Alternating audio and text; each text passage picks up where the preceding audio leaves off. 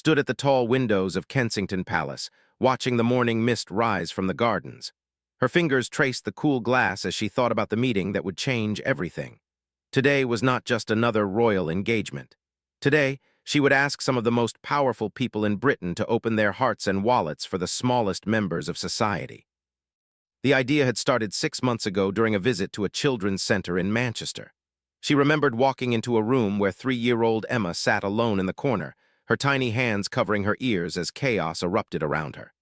The other children were playing, laughing, running about with the pure joy that childhood should bring. But Emma just sat there, overwhelmed and forgotten. "She's been like this since she arrived," whispered Sarah, the center director. "Her mother struggles with addiction. Emma has seen things no child should see. We're trying to help, but our resources are so limited." Had knelt beside Emma that day, speaking in gentle tones until the little girl finally looked up. Those dark eyes held a wisdom that no 3-year-old should possess. In that moment, understood something profound. The first few years of a child's life weren't just important, they were everything. They shaped the brain, the heart, the entire future of that little person.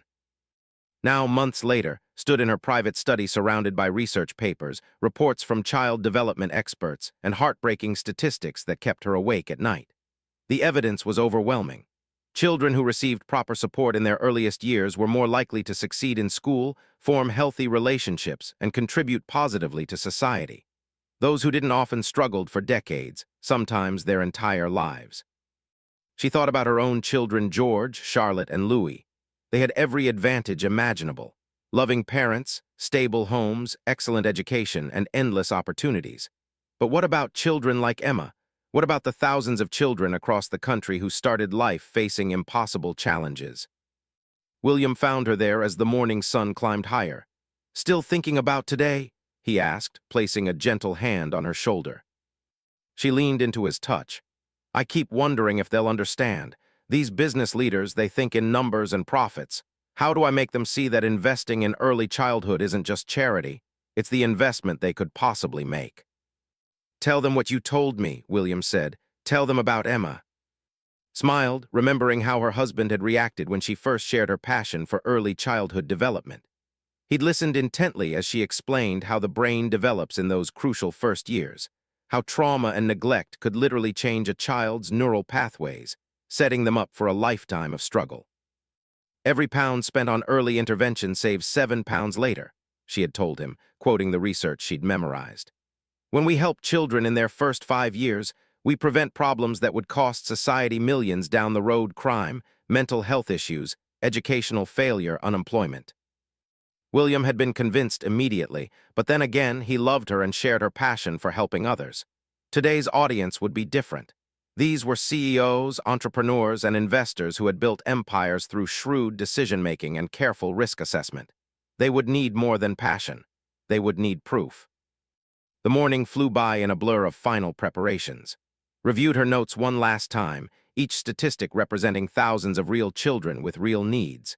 She thought about the stories she would share, not just Emma, but whose teenage mother had received parenting classes that transformed their relationship, and Little, who had overcome early speech delays through a program that was now facing budget cuts.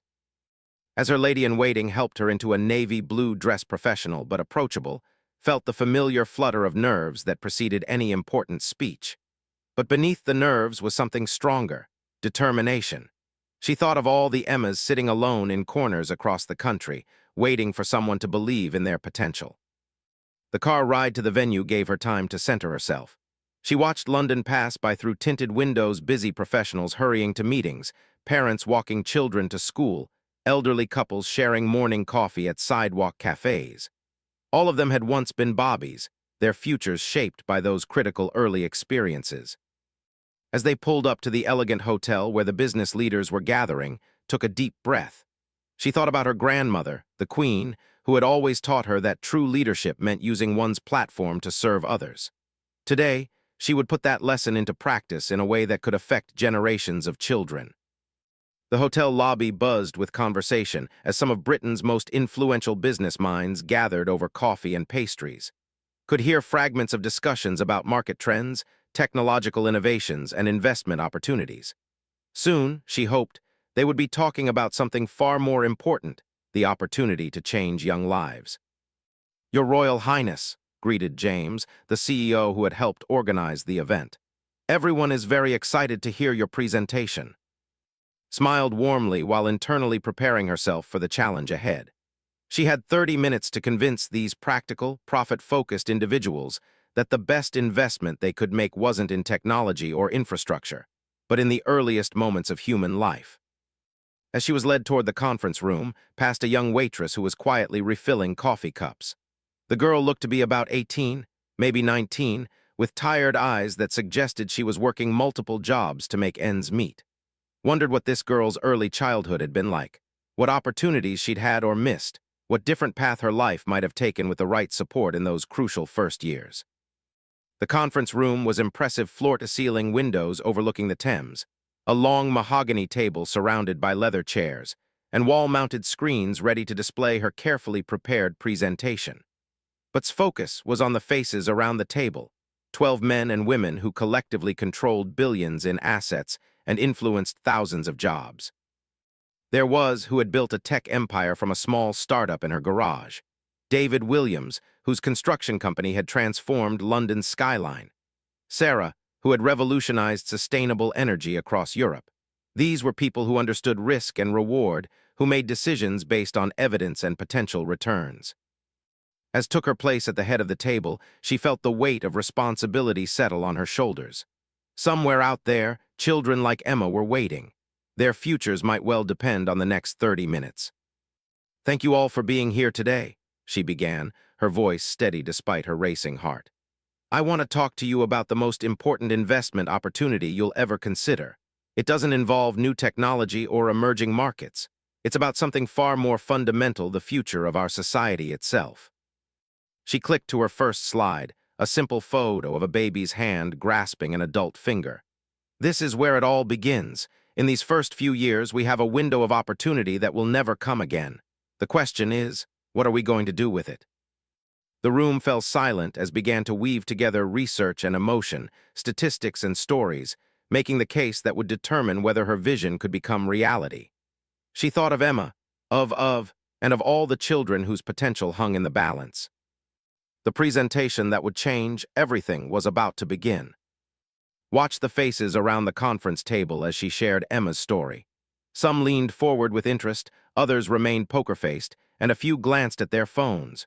She had expected this mix of reactions, but it still stung a little. These were children's lives they were discussing, not quarterly earnings. "With respect, Your Royal Highness," interrupted David Williams, the construction magnate, "we all sympathize with stories like this. But sympathy doesn't create jobs or drive economic growth. How do we know that throwing money at early childhood programs will actually solve these problems?" Had prepared for this exact question. "I'm glad you asked, David. Let me show you something that might change how you think about return on investment." She clicked to a slide showing brain scans of 3-year-olds. The differences were stark and heartbreaking. These are actual brain scans. On the left, a child who received nurturing, responsive care in their first 3 years. On the right, a child who experienced neglect and trauma. The difference isn't just emotional, it's physical, measurable, and often permanent. The room grew quiet as the implications sank in. The tech entrepreneur studied the images intently. "The neural pathways are completely different," she murmured. "Exactly," continued. "By age 3, a child's brain has formed over 1 billion neural connections. Children from disadvantaged backgrounds hear 30 million fewer words by age 4 than their privileged peers. That gap affects everything: language development, emotional regulation, the ability to form relationships, even physical health." She moved to the next slide, showing long-term outcome data. "Here's what happens when we don't invest in early childhood. Higher rates of school dropout, teen pregnancy, substance abuse, mental health issues, and criminal behavior. The costs are staggering: billions spent on remedial education, healthcare, criminal justice, and social services." Sarah, the sustainable energy executive, raised her hand. "You mentioned earlier that every pound invested saves 7 pounds later. Can you break that down?" Smiled, grateful for the opening. "The Perry Preschool Project tracked children for 40 years. High-quality early childhood programs showed a return of 7 to 12 pounds for every pound invested. Participants were more likely to graduate, earn higher wages, own homes, and stay out of prison. The economic benefits rippled through entire communities. She shared more data studies from around the world showing similar results. Children who attended quality early childhood programs were 45% less likely to be placed in special education, 60% less likely to be arrested by age 27, and earned 25% more as adults. This isn't just about helping disadvantaged children, emphasized. It's about strengthening our entire workforce, reducing crime, improving public health, and building a more prosperous society for everyone. David Williams looked skeptical. Those are impressive statistics, but most of that research comes from decades-old programs. How do we know modern interventions would be as effective? That's a fair question, replied. Let me tell you about what's happening right now in Glasgow. She described a comprehensive early childhood program that had launched 5 years earlier. Instead of waiting for problems to develop, they provided support from pregnancy through age 5. Pregnant mothers received nutrition counseling and mental health support. New parents got home visits from trained professionals who taught parenting skills and identified potential issues early. The results have been remarkable, continued. Domestic violence calls from participating neighborhoods dropped by 30%. Emergency room visits for children under 5 decreased by 40%. School readiness scores improved dramatically. The program is now being studied by governments around the world. As she spoke, noticed the mood in the room shifting. These business leaders were starting to see early childhood investment not as charity, but as smart economic policy. Was taking notes on her tablet. Even David Williams had stopped checking his phone. But here's what really convinced me, said, her voice taking on a more personal tone. I met a mother named Lisa who had been struggling with postnatal depression. The home visitor noticed signs during a routine checkup and connected Lisa with appropriate support. 6 months later, Lisa was thriving, her baby was hitting all developmental milestones, and she had returned to work as a nurse. She paused, letting the story sink in. Without that intervention, Lisa might have spiraled into deeper depression. Her child might have experienced developmental delays. The cost to the health system, to Lisa's family, to her child's future, it would have been enormous. Instead, a small early investment kept a family intact and productive.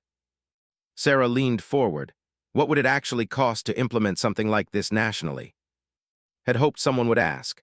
Less than we currently spend on remedial programs. The Glasgow program costs about £2,000 per family per year.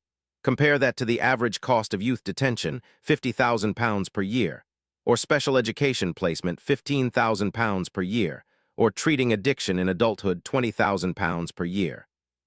She showed them a breakdown of current government spending on crisis intervention versus prevention.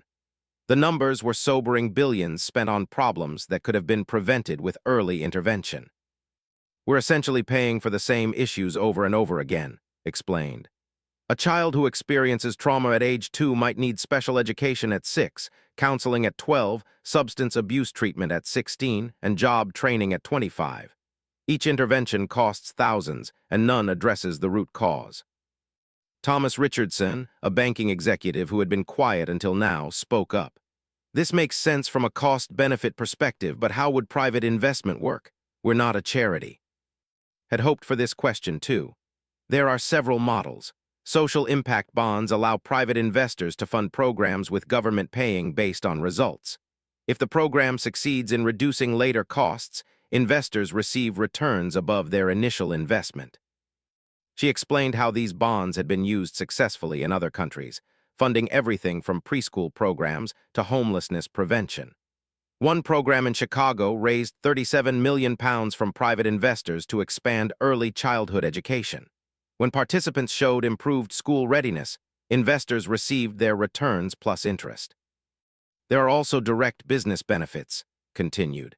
Companies that invest in early childhood often see improved employee retention. Parents with access to quality miss fewer work days and are more productive. Some corporations have found that every pound spent on employee support generates £4 in business value. Nodded thoughtfully. We've actually seen this in our own company. When we improved our parental leave policies and support, productivity increased and turnover dropped significantly. Exactly, said. This isn't just about social responsibility. It's about creating the workforce you'll need in 20 years. The children we support today will be your employees tomorrow. Do you want workers who started life with strong foundations, or ones who spent years overcoming early trauma? She clicked to a slide showing workforce projections. By 2040, 60% of jobs will require skills that begin developing in early childhood creativity, problem solving, emotional intelligence, the ability to collaborate and adapt. We can't compete in a global economy if we're not investing in these capabilities from the beginning. The room fell silent as the implications settled in. These business leaders had spent their careers thinking about long-term investments and strategic planning. Now was asking them to think even longer term, to consider investments that wouldn't pay off for decades, but would transform society itself. "I have one more story," said quietly, "about a little boy named Michael." She described meeting Michael at a center that was facing closure due to budget cuts. He was 4 years old and had never spoken a complete sentence until he started attending the program. With speech therapy, social interaction, and patient teachers, Michael began to bloom. 6 months later, he was not just talking, but singing, laughing, and making friends. "Michael's mother told me that without that program, she doesn't know what would have happened to her son," continued. "He might have been labeled as learning disabled, placed in special education, struggled through school, and faced limited opportunities as an adult. Instead, he's thriving. He wants to be a scientist when he grows up." She looked around the table, meeting each person's eyes. "That's what we're really talking about here. Not just statistics or economic models, but human potential. Every child we reach early is a future scientist, teacher, entrepreneur, or innovator. Every child we miss is a loss we'll feel for generations." The presentation was nearing its end, but could sense she had their attention completely now. The skepticism had given way to engaged curiosity.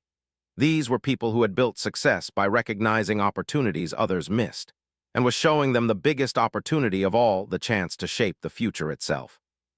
"So I'm asking you to consider something radical," she concluded. "Instead of waiting for problems to develop and then trying to fix them, what if we prevented them altogether? What if we built a society where every child had the best possible start in life? The returns wouldn't just be financial, they would be measured in lives transformed, communities strengthened, and a nation prepared for whatever challenges the future might bring." As she finished speaking, felt a mixture of hope and nervousness. She had laid out the case as clearly as she could, combining hard data with compelling stories. Now it was up to them to decide whether they would join her vision or remain focused on more traditional investments. The questions that followed would determine everything. The questions came fast and sharp, each one testing the depth of knowledge and the strength of her convictions. Leaned forward, her tablet open to notes she had been furiously scribbling. "Your Royal Highness, I'm convinced by the social benefits, but my board will want specifics. What exactly would a private-public partnership look like? How do we measure success in ways that satisfy both our shareholders and the children we're trying to help?" Had spent weeks preparing for exactly this type of detailed inquiry. "Excellent question. Let me walk you through a model that's already working in Australia." She pulled up a detailed case study showing how a consortium of businesses had partnered with government to fund early childhood centers in communities. "The metrics were clear and measurable," explained. "Reduced hospital admissions for children under 5, increased school readiness scores, higher parental employment rates, and decreased child welfare interventions. Investors received returns based on achieving these specific outcomes." David Williams, who had been scribbling calculations on a notepad, looked up sharply. "What was the actual return rate?" 8% annually over 5 years, replied without hesitation. But more importantly, the program continued generating savings for decades. The initial investment was recovered within 7 years through reduced social service costs alone. She could see Williams doing quick mental math. As a businessman who regularly evaluated long-term infrastructure projects, he understood investments that paid off over time. "That's actually quite competitive," he admitted grudgingly. "It gets better," continued. "The second phase of investment showed even higher returns because they had learned from the initial implementation. They refined their approach, eliminated inefficiencies, and achieved better outcomes at lower cost." Thomas Richardson from the banking sector raised his hand. "What about scalability? These small pilot programs are one thing, but what would it take to implement this nationally?" Was ready for this too. The beauty of early childhood investment is that it's inherently scalable. Unlike building new hospitals or schools, many of the most effective interventions can be delivered in existing spaces, community centers, libraries, even homes. The infrastructure is already there. She showed them a map of the UK with potential implementation sites marked. We could start with 20 communities across different regions, each serving as a model for others. The initial investment would be about £50 million, but within 10 years, we'd be seeing annual savings of over 200 million. Sarah looked intrigued. What role would businesses play besides funding? I'm thinking about the expertise my company has in project management and efficiency optimization. That's exactly what I was hoping you'd ask, said, her excitement genuine. This isn't just about writing checks. Each business brings unique skills that could enhance the program's effectiveness. She outlined how different companies could contribute. Construction firms could design child-friendly spaces. Technology companies could develop apps to track development milestones. Healthcare companies could provide screening tools. Retail companies could create educational materials. My vision is for this to be truly collaborative, continued. Not just businesses funding programs, but businesses helping to run them, innovate within them, and scale them across the country. Was nodding enthusiastically now. We could treat this like a startup incubator, but for social programs. Use business principles to maximize impact and efficiency. Exactly, agreed. And the data collection would be invaluable. We'd be creating one of the largest longitudinal studies of child development ever conducted. The insights could revolutionize how we understand human potential. She could see the room's energy shifting. These were people who thrived on complex challenges and innovative solutions. The idea of applying their business acumen to such a fundamental social problem was beginning to excite them. But then David Williams raised a concern that had been dreading. This all sounds promising, but let's be honest about the politics. Government priorities change with elections. How do we protect our investment if political winds shift? Nodded soberly. You're right to be concerned. That's why the program needs to be structured as a long-term commitment with legal protections. Think of it like the infrastructure projects you've funded, David. You don't build a bridge assuming the government might change its mind about roads. She explained how other countries had created bipartisan support for early childhood investment by focusing on economic rather than political arguments. When politicians see that every pound invested saves 7 in their budgets, opposition tends to fade quickly.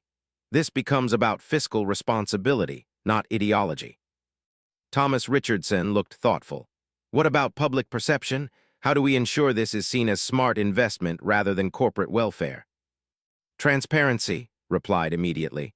Complete openness about goals, methods, and results, regular public reporting on outcomes, site visits for anyone who wants to see the programs in action.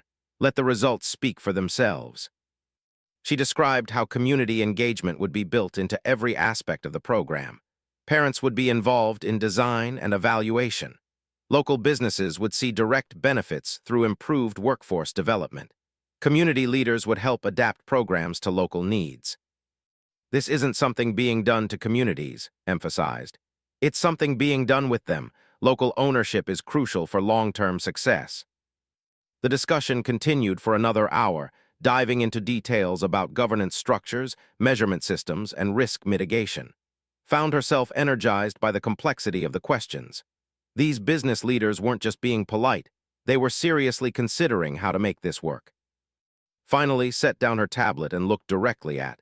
I have to admit, when I came here today, I expected a charity pitch. Instead, you've presented one of the most compelling investment opportunities I've seen in years. But I have one final question. Braced herself. Why are you doing this? You could focus on any number of causes. You could choose easier battles with more immediate visible results. Why early childhood? Why now? The room fell completely silent. This was the question had asked herself countless times during sleepless nights spent reading research papers and reviewing program proposals. It was personal and professional, emotional and rational all at once. Took a deep breath, because I believe that how we treat our youngest and most vulnerable citizens defines who we are as a society. Every day we delay action is another day that thousands of children fall further behind through no fault of their own. She paused, thinking of Emma sitting alone in that corner, of Michael struggling to find his voice, of Lisa battling depression while trying to care for her baby. But it's more than just compassion, continued. It's about the future we're creating, the challenges we face as a country: economic inequality, social divisions, the skills gap, healthcare costs. All of these have roots in early childhood. We can keep treating symptoms forever, or we can address the cause. She looked around the table at each face. You all built successful businesses by seeing opportunities others missed, by investing in solutions before problems became crises. That's exactly what we have the chance to do here. And honestly, added with a slight smile, I can't think of anything more exciting than being part of the generation that figured out how to give every child the best possible start in life. Imagine being able to tell that you helped build a society where potential was never wasted, where zip code didn't determine destiny, where every child had the chance to thrive. Was the first to speak. I'm in. My company will commit £5 million to start, and I'll personally champion this with other tech leaders. Sarah followed immediately. Our Renewable Energy Foundation can contribute $3 million, plus our project management expertise. One by one, commitments began flowing around the table. Not everyone was ready to commit immediately, but the enthusiasm was unmistakable. Even David Williams, the most skeptical at the start, agreed to fund a pilot program in one of his construction company's communities. We'll need to form a steering committee, suggested. Set up proper governance structures, establish clear metrics, create a timeline for implementation. I know just the person to chair it, said, thinking of Dr. Foster, the child development expert who had first opened her eyes to the science behind early intervention. As the meeting wound down, felt a mixture of exhaustion and exhilaration. They had raised over £20 million in commitments and secured promises of expertise worth millions more. But more than that, they had created something unprecedented. A coalition of business leaders united around the idea that investing in children was the business decision they could make. Thomas Richardson approached her as others were gathering their things. Your Royal Highness, I want you to know that this has fundamentally changed how I think about social investment. My bank will be looking at ways to make this a model for other countries. As left the hotel that afternoon, she thought about all the children who would benefit from what had just happened. Emma would have better programs available. Michael would have continued support. Lisa would have more resources to help her thrive as a parent. But she also thought about children not yet born, who would grow up in a world where their potential was recognized and nurtured from the very beginning. That was the real return on investment, a future where every child could become everything they were meant to be. The hard work was just beginning, but for the first time since starting this journey, felt certain that they could make it happen. The business case was clear, the partners were committed, and the children were waiting. 6 months after that pivotal meeting, stood in the middle of what had once been an empty warehouse inn. The space hummed with activity as contractors installed colorful wall panels, educational displays, and child-sized furniture. This would be the flagship center for their early childhood initiative, and it represented everything they had dreamed about during those long planning sessions. The reading corner will go there, explained Dr. Foster, pointing to a sunny corner where floor-to-ceiling windows would bathe the space in natural light. And the sensory play area there, with easy access to the outdoor garden. Nodded, watching workers carefully position a beautiful wooden climbing structure designed specifically for toddlers. Every element had been researched and chosen based on evidence about child development. This wasn't just a center, it was a laboratory for human potential. How many families will we serve in the first year? Asked, though she knew the answer by heart. 60 families initially, growing to 150 by year 2, Dr. Foster replied. Each family will have a dedicated support plan based on their specific needs. Some children will attend daily programs, others will come for weekly assessments or parent education sessions. Appeared at elbow, tablet in hand as always. Over the past months, she had thrown herself into this project with the same intensity she had once reserved for launching new products. The technology integration is ahead of schedule, she reported. The app that tracks developmental milestones is already being tested by parents in our pilot group. Smiled, remembering how skeptical some traditional child development experts had been about incorporating technology. but had convinced them that data collection could actually improve care by identifying patterns and needs that might otherwise go unnoticed. "Show me the latest feedback," requested. Pulled up screenshots on her tablet. Parents could log their children's progress in everything from language development to social skills. The app provided gentle suggestions for activities and automatically flagged concerns for professional review. 93% of test families are using it regularly, reported proudly.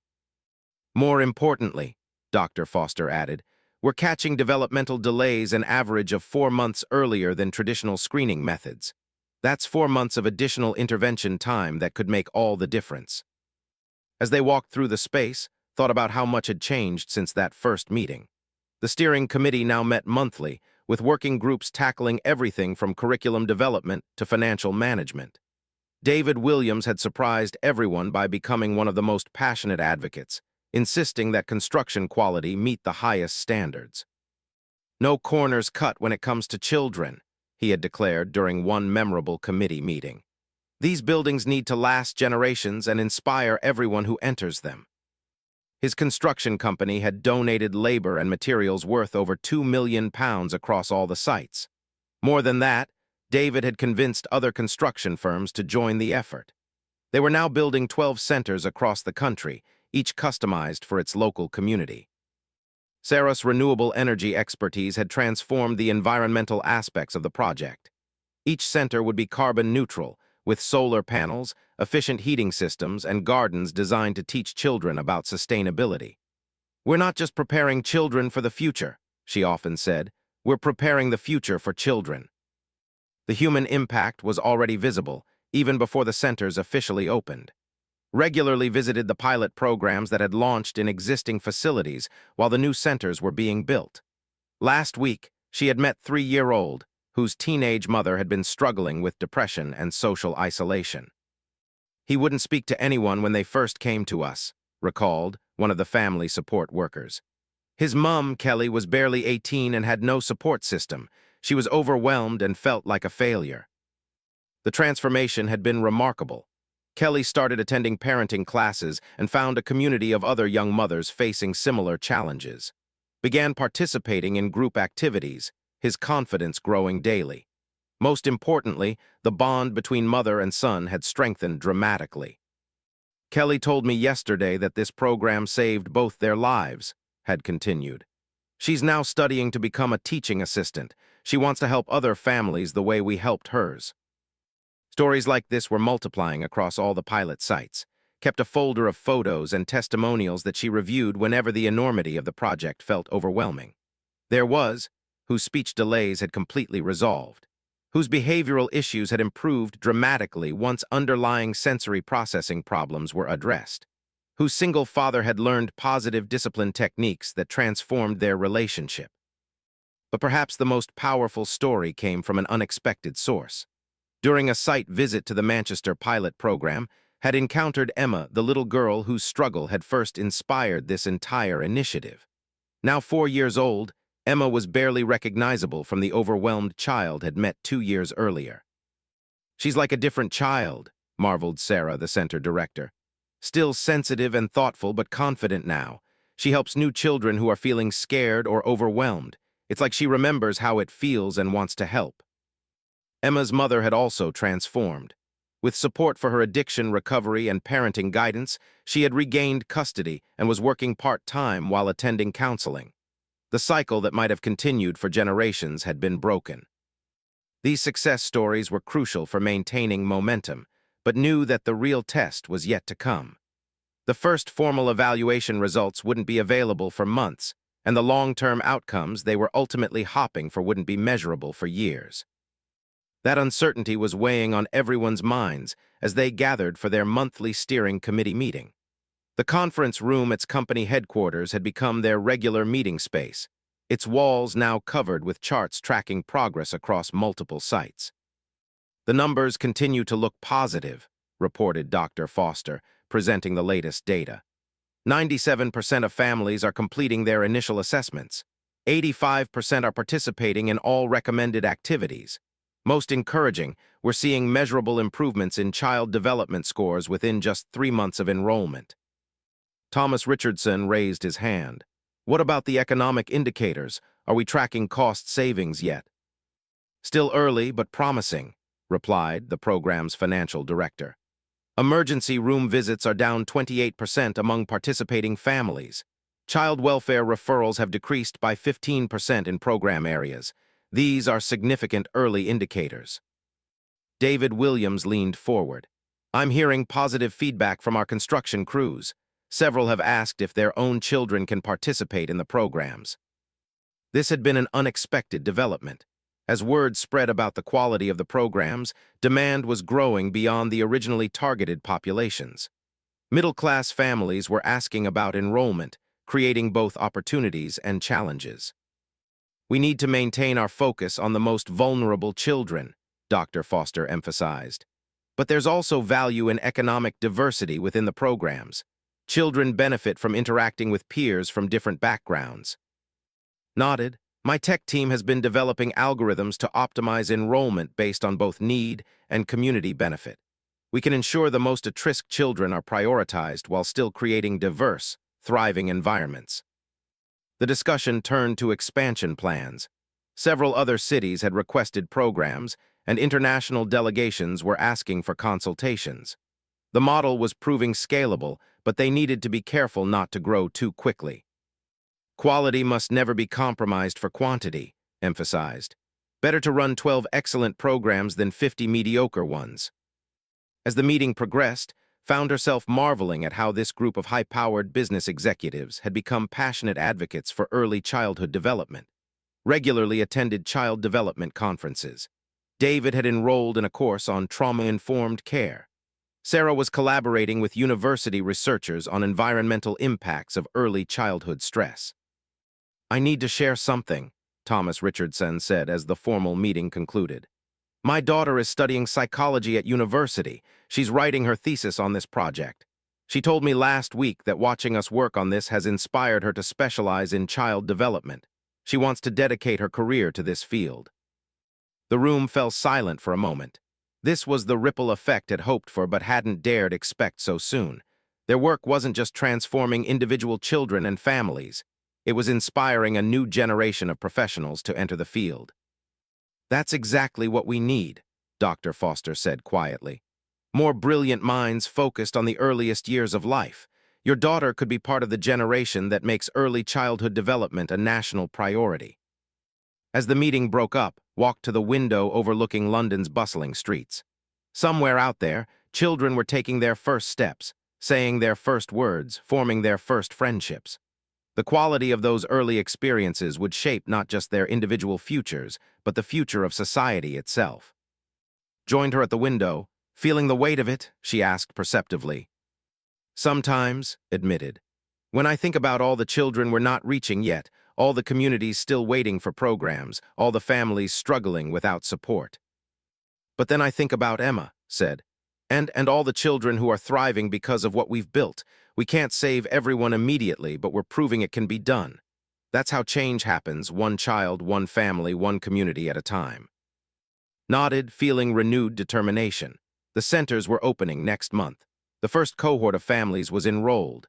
The staff was trained and eager. After months of planning and preparation, they were finally ready to launch the program that could transform how society thinks about childhood itself. The real work was about to begin and had never been more ready for a challenge. Every child deserved the chance to reach their full potential, and she was going to make sure they got it. 2 years after the first centers opened their doors, stood before an audience of international delegates, researchers, and policymakers gathered in London for the Global Early Childhood Summit. The conference room was packed with representatives from 37 countries, all eager to learn about the remarkable results emerging from the British Early Childhood Investment Initiative. Ladies and, began, her voice carrying the confidence that came from having witnessed transformation firsthand. I want to tell you about 5-year-old Emma, who today stood up in front of her kindergarten class and recited a poem she had written herself. 2 years ago, Emma could barely make eye contact with adults and spent most of her time hiding in corners, overwhelmed by the world around her. The audience listened intently as shared Emma's story, not as a sob story designed to tug heartstrings, but as concrete evidence of what was possible when society invested wisely in its youngest members. Emma's mother had completed addiction treatment, secured stable housing, and was now working as a peer counselor helping other struggling parents.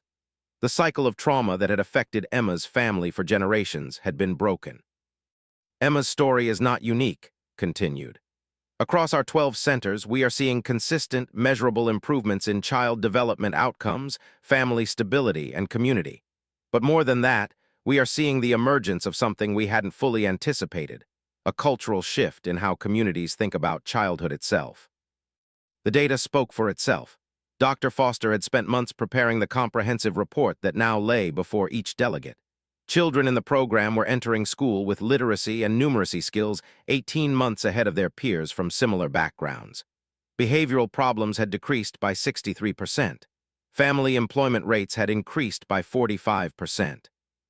Most significantly, explained, we are seeing improvements not just in program participants but in entire communities.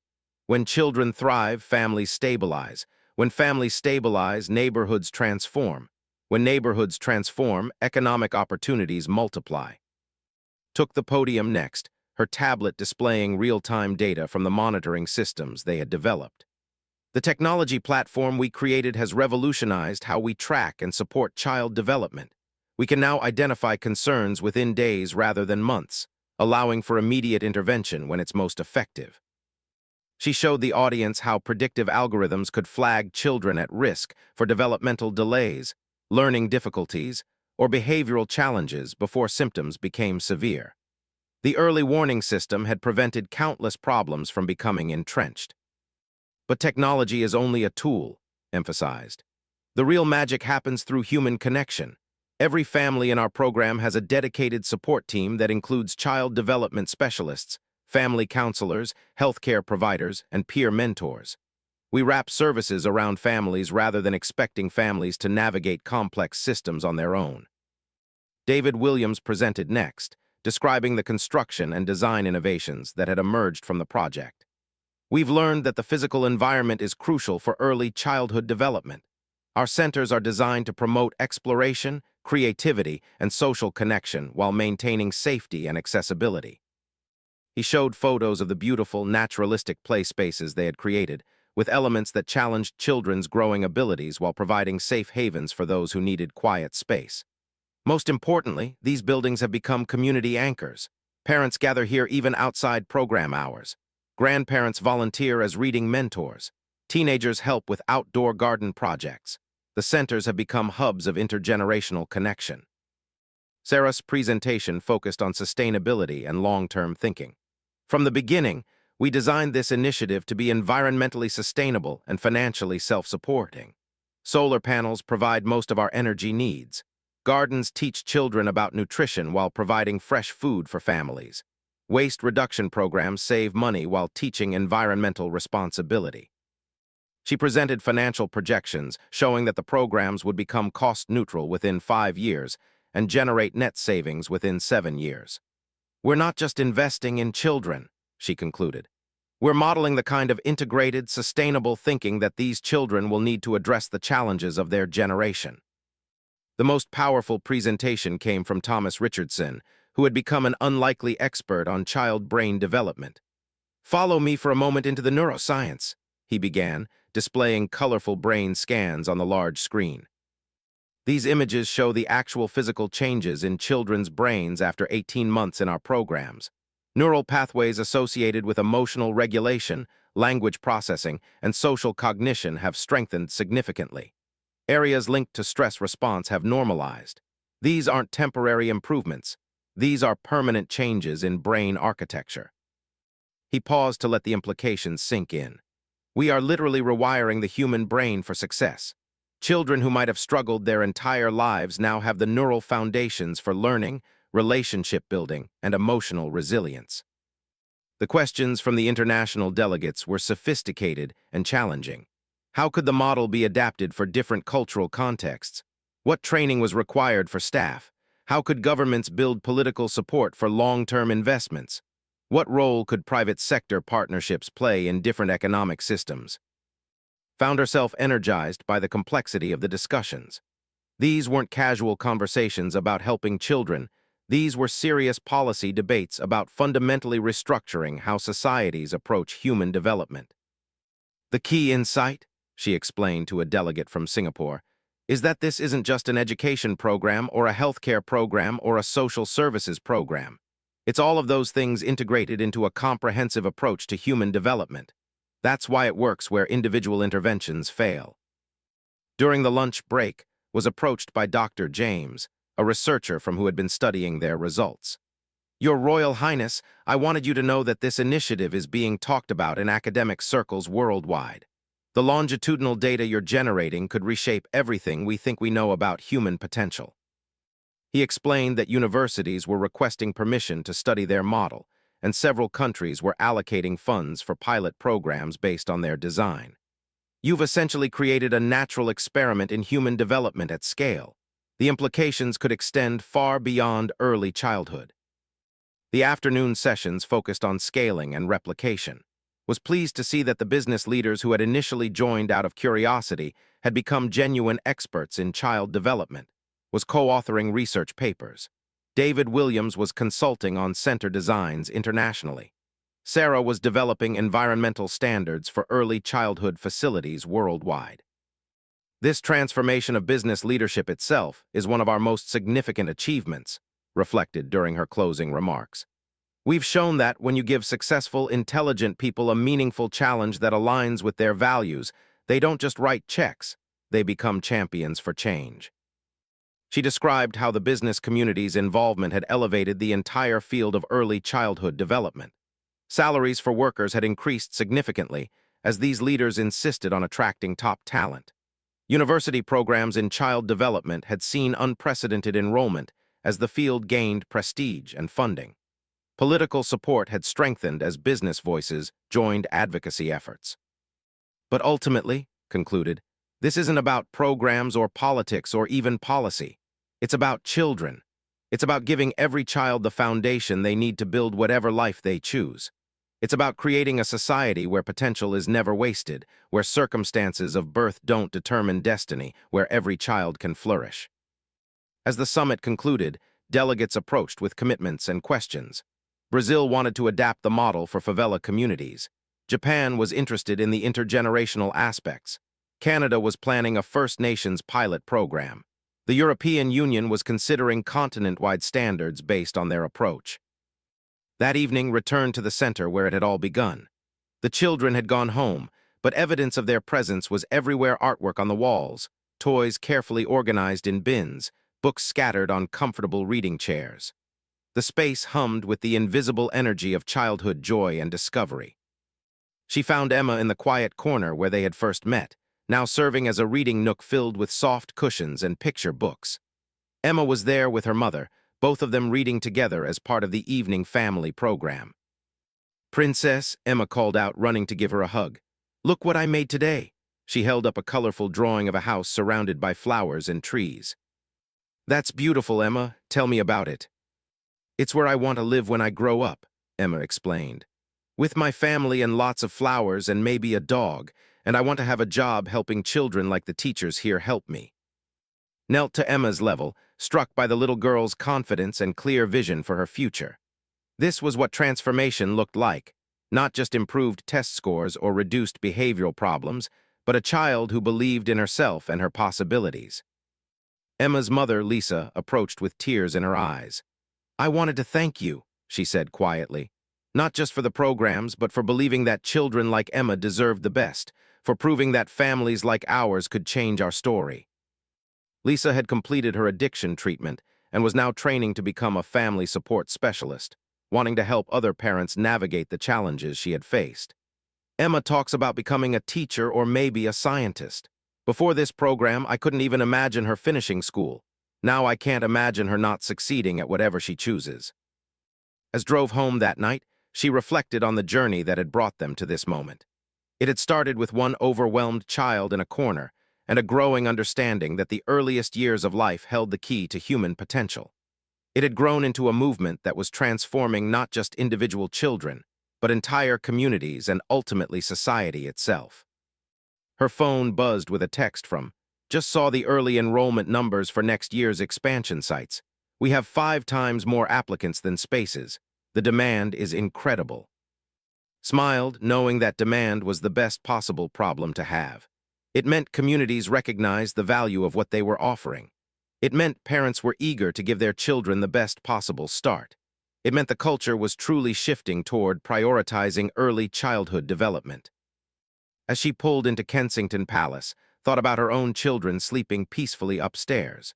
George, Charlotte, and Louis would grow up in a world increasingly shaped by the initiative she had helped launch. They would benefit not just from their own privileged circumstances, but from living in a society that had learned to nurture all children's potential. That night, as she reviewed the day's commitments from international partners, realized they had accomplished something remarkable. They had proven that investing in early childhood wasn't just morally right, it was strategically brilliant. They had shown that business leaders could become passionate advocates for social change when presented with compelling evidence and meaningful opportunities to contribute. Most importantly, they had demonstrated that transformation was possible. Every Emma, every family that had been strengthened represented proof that society could choose a different path. Instead of accepting that some children would struggle while others thrived, they had shown that with intentional investment and comprehensive support, all children could reach their potential. The initiative that had begun with one presentation to 12 business leaders was now influencing policy in dozens of countries. Universities were restructuring curricula around their findings. Governments were reallocating budgets based on their evidence. Private foundations were funding replications worldwide. But for the real measure of success would always be children like Emma, confident, curious, full of dreams for the future. As she drifted off to sleep, she could envision a world where every child had the same opportunities Emma now enjoyed. It was no longer just a dream, it was becoming reality, one child, one family, one community at a time. The princess who had once stood at her window wondering how to help the smallest members of society had become the catalyst for a global movement. The investment in early childhood had generated returns far beyond anything they had projected, not just in dollars saved or problems prevented, but in human potential unleashed and possibilities across generations. Tomorrow would bring new challenges, new opportunities to expand the work, new children to serve. But tonight rested in the knowledge that they had proven change was possible. The future belonged to those willing to invest in it, and there was no investment more important than the one they made in childhood itself.